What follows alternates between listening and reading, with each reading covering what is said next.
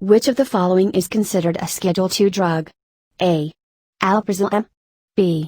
Hydrochlorothiazide, HCTZ. C. Ibuprofen. D. Acetaminophen. E.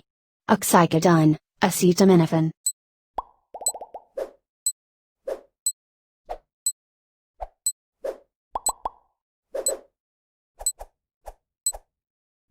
The answer is E.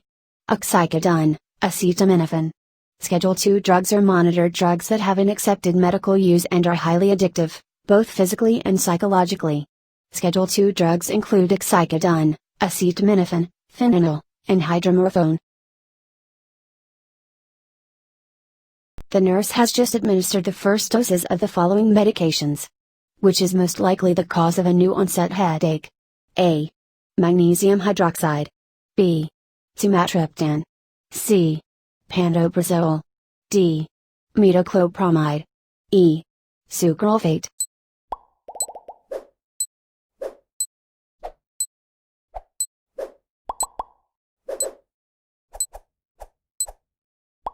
The answer is C. Pantoprazole.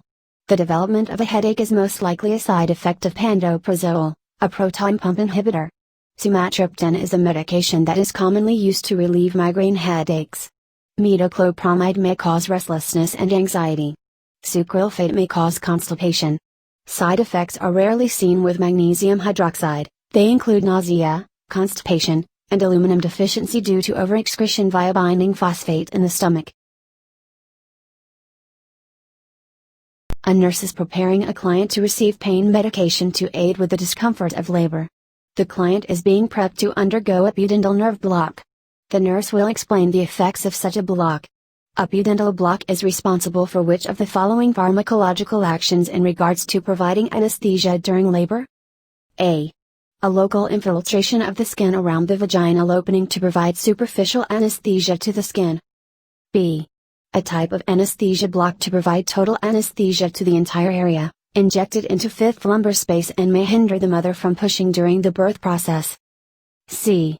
Provides complete anesthesia with injection into the subarachnoid space of the lumbar region of the spine. D. A block specifically formulated to block nerve impulses to the uterus to aid in mother to assist in pushing during the birth process. E. Provides relief of pain from an episiotomy. Blocks nerve impulses associated with the vagina, the cervix as well as the perineum region.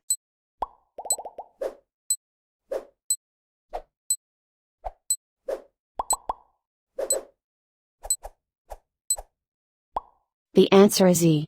Provides relief of pain from an episiotomy. Blocks nerve impulses associated with the vagina, the cervix as well as the perineum region. A pudendal block is a useful type of anesthesia often utilized during the second stage of the labor process. It provides anesthesia for an episiotomy performed in the perineum area.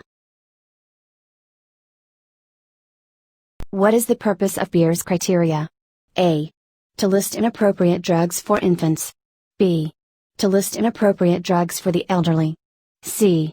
To list inappropriate laboratory tests for infants. D. To list inappropriate laboratory tests for the elderly.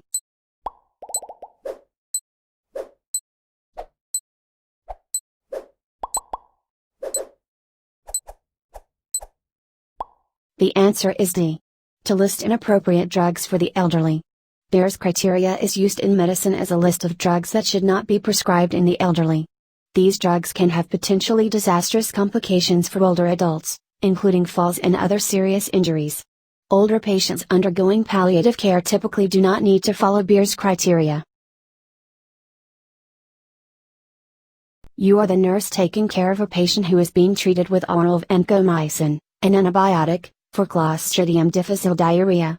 Which of the following choices best describes the mechanism of action of vancomycin?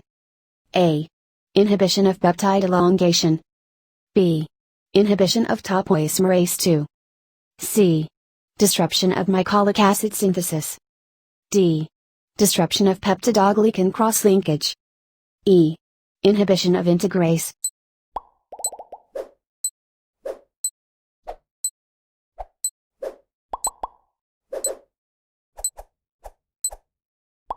The answer is D. Disruption of peptidoglycan cross-linkage. The correct answer is disruption of peptidoglycan cross-linkage, as this is the mechanism of action of the antibiotic, vancomycin. Vancomycin has high clinical utility in medicine, as it can be administered orally to treat Clostridium difficile diarrhea, or intravenously to treat MRSA infections, among others. As such, it is important to be well aware of vancomycin in clinical practice. Inhibition of topoisomerase II is the mechanism of action of fluoroquinolone antibiotics, such as levofloxacin. Disruption of mycolic acid synthesis is the mechanism of action of antifungal medications. Inhibition of integrase is the mechanism of action of some antiretroviral drugs, as would be used in the treatment of diseases like HIV. Inhibition of peptide elongation is the mechanism of action of macrolide antibiotics, such as athromycin.